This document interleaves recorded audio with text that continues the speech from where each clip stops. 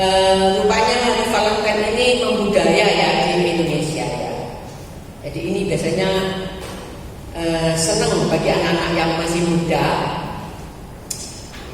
Mereka merayakannya dengan bermacam-macam cara ya. Ada yang memberikan permen coklat, ada yang memberikan kue, bahkan ada yang memberikan bunga ya. Itu anak-anak muda. Bagi orang-orang yang sebaya dengan saya, orang-orang yang sudah tua ya juga yang nggak mau kalah dengan anak muda juga melakukannya ya, memberi surprise kepada pasangannya ya. Saudara, dan bagaimana pandangan orang Kristen terhadap hari Valentine ini, saudara? Bagi orang Kristen ya, hari Valentine itu bisa dirayakan, bisa juga tidak ya. Karena apa?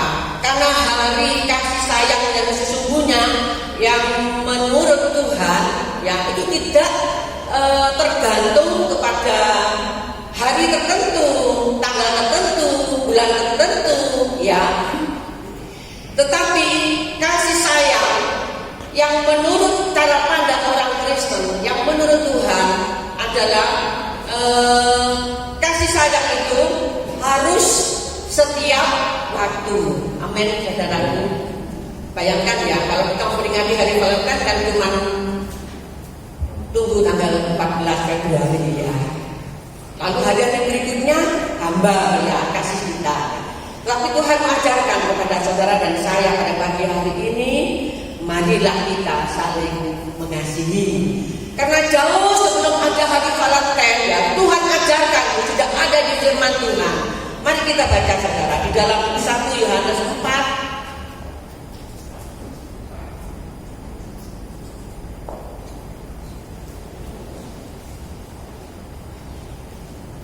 1 Yohanes 4 ayat 7 sampai 8. Ayo kita baca sama-sama.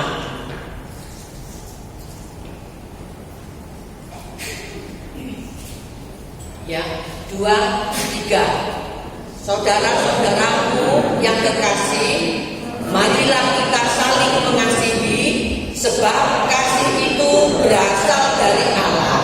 Dan setiap orang yang mengasihi lahir dari Allah dan mengenal Allah. Barang siapa tidak mengasihi, ia tidak mengenal Allah, sebab Allah adalah kasih. Luar biasa saudara. Yohanes mendorong kita supaya setiap orang percaya itu memperlihatkan kasih, supaya kita bisa mengasihi satu dengan yang lain, saudara. Kasih itu merupakan salah satu dari buah roh. Ada 9 buah roh, saudara. Kasih itu merupakan salah satunya dari buah roh ya. Dan kasih ini juga merupakan bukti dari kelahiran baru. Kalau tadi dikatakan ya, setiap orang yang mengasihi lahir dari Allah ya. Lahir dari Allah itu berbicara mengenai kelahiran baru, saudara. Saya teringat akan percakapan Nikodemus dengan Tuhan Yesus ya. Jika engkau tidak dilahirkan kembali, maka engkau tidak akan melihat kerajaan Allah. Saudara, maksud dari ini saudara ya, kerajaan Allah itu pemerintahan Allah ya, wilayah ilahi, saudara. Jadi jika seorang memiliki roh Allah, baru bisa melihat dan masuk ke dalamnya, saudara. Karena hanya roh Allah yang bisa melihat perkara-perkara Allah. Jadi kalau kita ingin masuk ke dalam kerajaan Allah, ya kita harus dilahirkan kembali oleh roh Allah, saudara. Itu sesungguhnya percakapan Tuhan dengan Nikodemus itu, saudara. Kalau kita berbicara mengenai kasih, waduh saudara, betapa luasnya dan dalamnya kasih itu, saudara. Dan kita memang harus saling mengasihi ya. Memang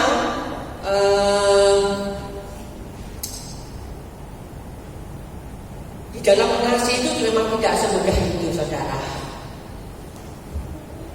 Dan kita mau memahami apa yang ada di dalam 1 Yohanes 4 ayat 7 sampai 8 ini, saudara. Dan saya ingatkan bagi saudara, ya, hidup kita memang harus hidup di dalam pertobatan supaya benar-benar kita memberi buah, menghasilkan buah, saudara. Ya. Memang kita tidak bisa, kadang-kala kita bisa gagal untuk mencapai standar Allah yang tinggi. Ya. Tetapi kita tidak terus gagal terus itu di dalam kegagalan terus. Karena Allah yang ada di dalam setiap hidup kita itu mendorong kita, menolong kita, memampukan kita hingga kita benar-benar bisa melakukan menjadi kehendak Allah. Memang itu berkesinambungan, saudara. Hidup kekristenan kita itu proses untuk menuju kepada kesempurnaan.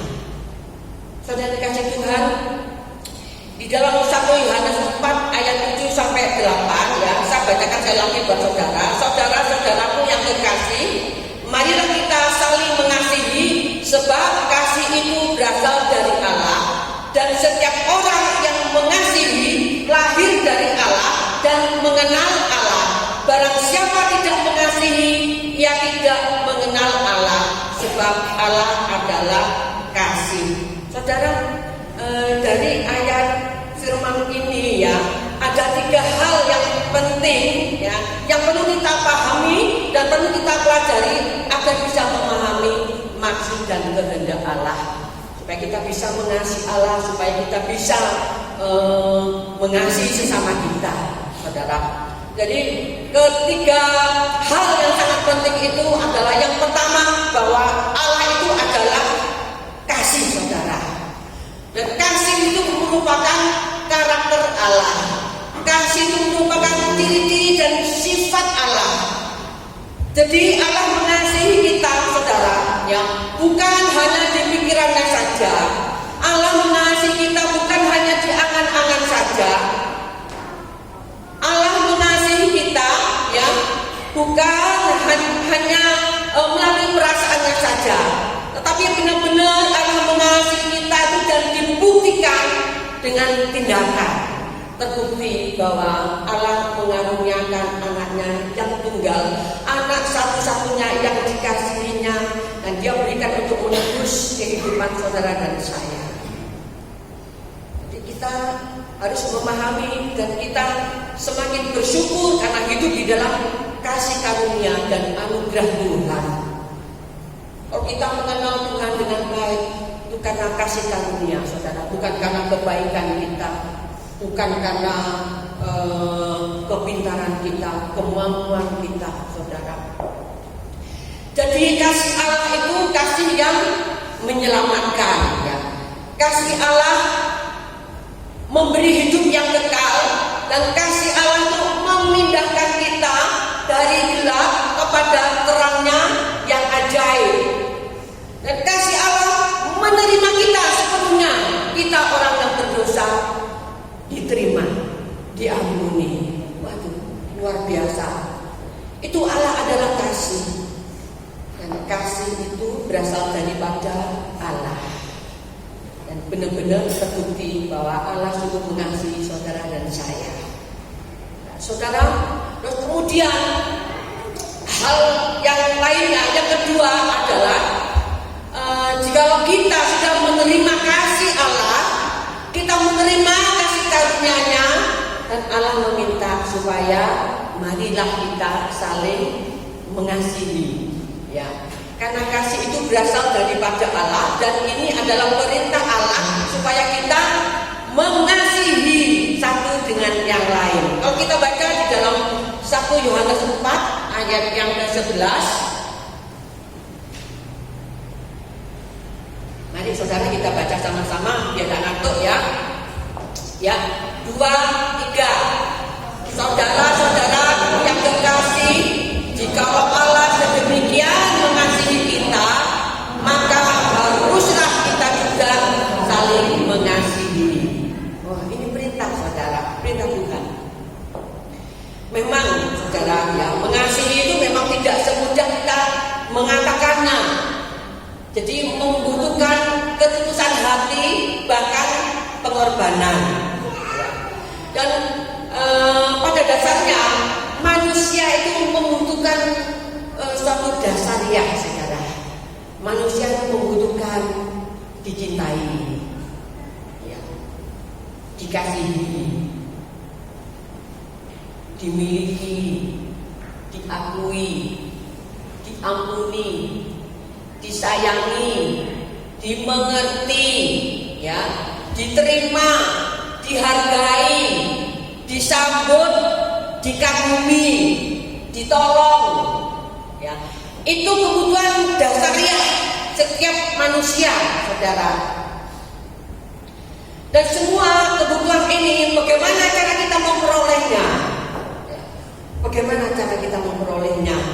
Dan Tuhan katakan supaya kita hidup di dalam kasih Allah. Coba kita baca di dalam Yohanes 15 ayat yang keempat, saudara. Kita baca ya, Yohanes 15 ayat 4, 2, 3. Tinggallah di dalam aku dan aku di dalam kamu, sama seperti rantai tidak dapat berbuah dari dirinya sendiri kalau ia tidak tinggal pada pokok anggur. Demikian juga kamu tidak berbuah jikalau kamu tidak tinggal di dalam aku. Saudara, rahasia menghasilkan buah itu, ya, kita harus ada di dalam pokok anggur. Jadi kita harus hidup di dalam kasih Allah, saudara. Hanya berbicara mengenai buah roh memang yang harus kita hasilkan, saudara, ya. Kasih memang merupakan salah satu dari buah roh, ya. Kalau kita bisa mengasihi, maka Tuhan itu akan memberikan kepada kita tuh sukacita, saudara, ya. Jadi buah roh itu kalau kita mendapatkannya satu saja, kasih saja, itu terus akan semakin diberkati oleh Tuhan, semakin berlimpah-limpah, ya. Bukan hanya kita bisa mengasihi, tapi Tuhan memberikan sukacita penuh kepada kita, ya. Kalau kita baca di dalam Yohanes 15 ayat yang ke-11 sampai 12, saya bacakan untuk saudara, ya.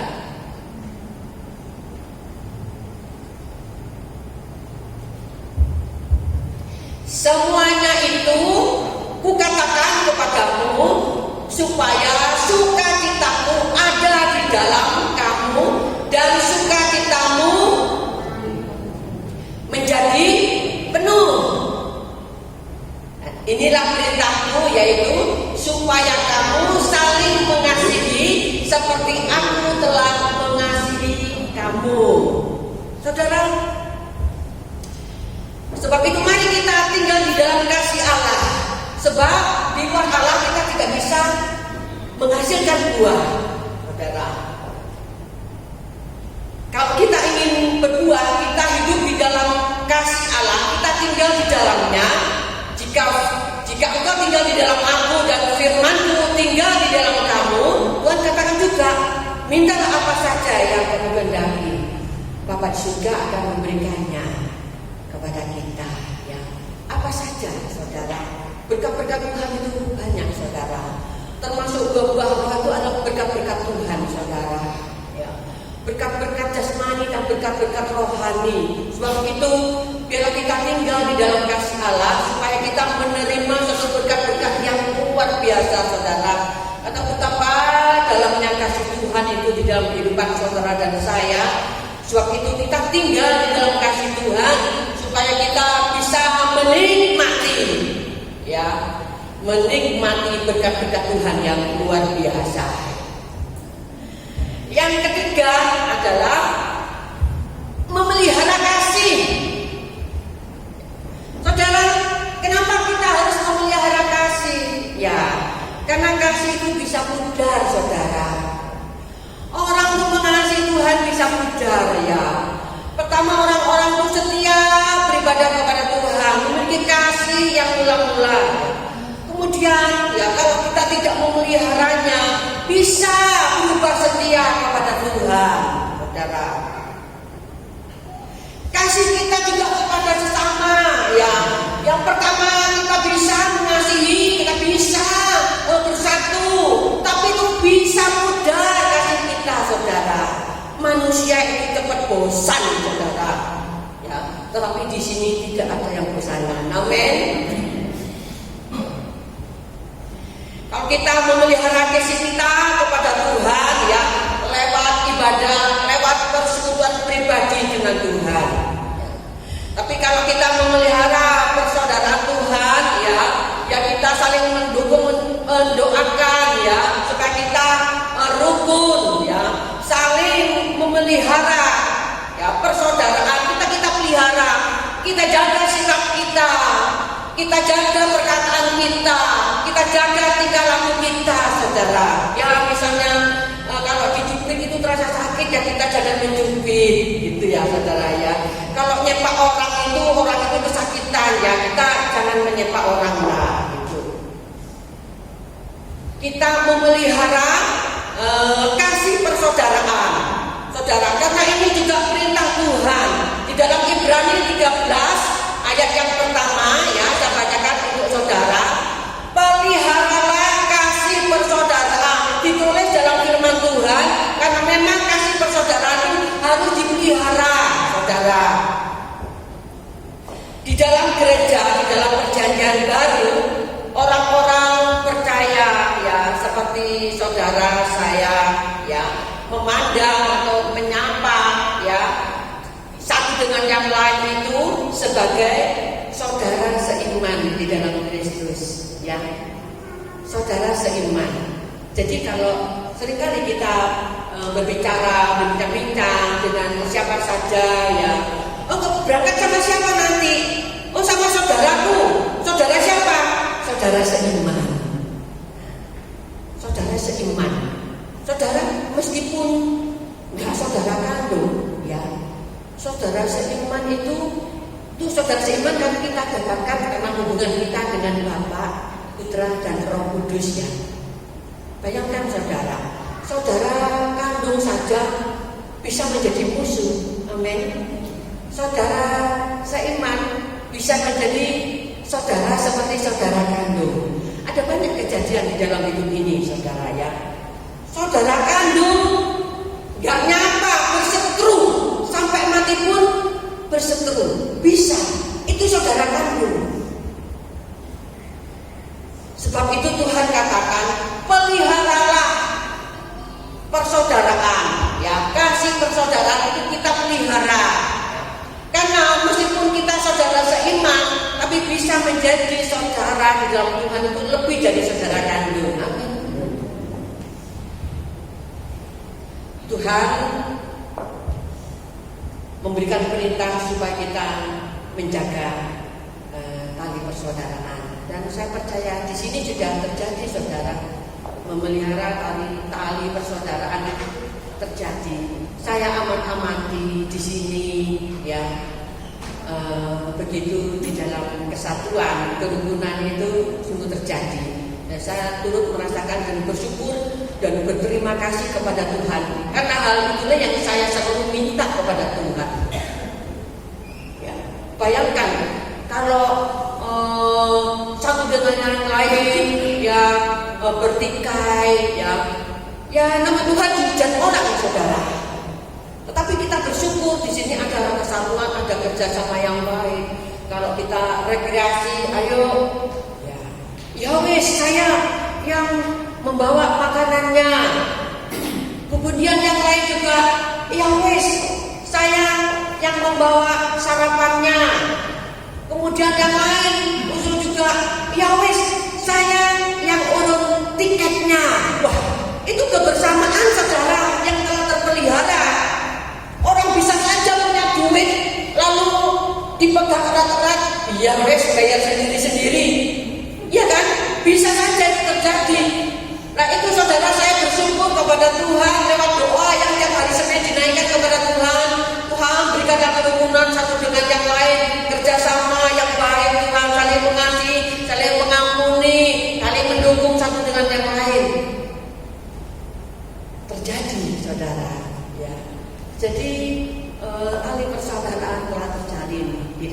Tuhan, ya peliharalah itu, karena itu menyenangkan hati Allah.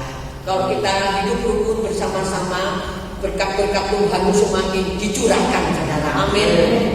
Semakin dicurahkan, saudara. Dan percayalah kepada Tuhan. Tuhan itu luar biasa, saudara. Dan sewaktu kita menerima kasih karunia, ya, kita semua tuh menjadi anak-anak Tuhan bersama. Amin. Nah, kita semua telah menerima kasih karunia Tuhan. Kita dijadikan anak-anak bersama dan menerima ahli waris yang bersama-sama menikmati berkat-berkat Bapa. Amin. Nah, itu luar biasa. Pelihara kasih persaudaraan. Dan saya berikan ayat yang terakhir, ya. 1 Tesalonika 4 ayat 9 sampai 10. Ini ayat yang terakhir, saudara. 1 Tesalonika 4 ayat 9 sampai 10. Ayo sebagai penutup kita membaca sama-sama, ya. 2, 3. Tentang kasih persaudaraan tidak perlu dituliskan kepadamu, karena kamu sendiri telah belajar kasih mengasihi dari Allah. Hal itu kamu lakukan juga terhadap semua saudara di seluruh GCA di Jember ini, ya. Tetapi kami menasihati kamu, saudara-saudara, supaya kamu lebih sungguh-sungguh lagi melakukannya. Firman Tuhan mengingatkan kepada kita yang lebih lagi sungguh-sungguh mengasihi satu dengan yang lain, ya, menjaga, memelihara tali persaudaraan. Ya, saudara, saya percaya kerukunan yang ada yang terjadi ini bukan karena kehebatan kami sebagai Bapak Gembala dan Ibu Gembala, bukan kehebatan pengurus-pengurus yang ada, ya, tetapi karena kasih karunia Tuhan. Amin. Kita harus mengakui kasih karunia Tuhan akan dinyatakan dan diberikan kepada setiap anak-anaknya yang meminta kepadanya. Kita patut bersyukur, saudara, karena kasih karunia Tuhan dinyatakan di dalam gereja Tuhan, jemaat Tuhan yang kecil ini. Mari kita pelihara.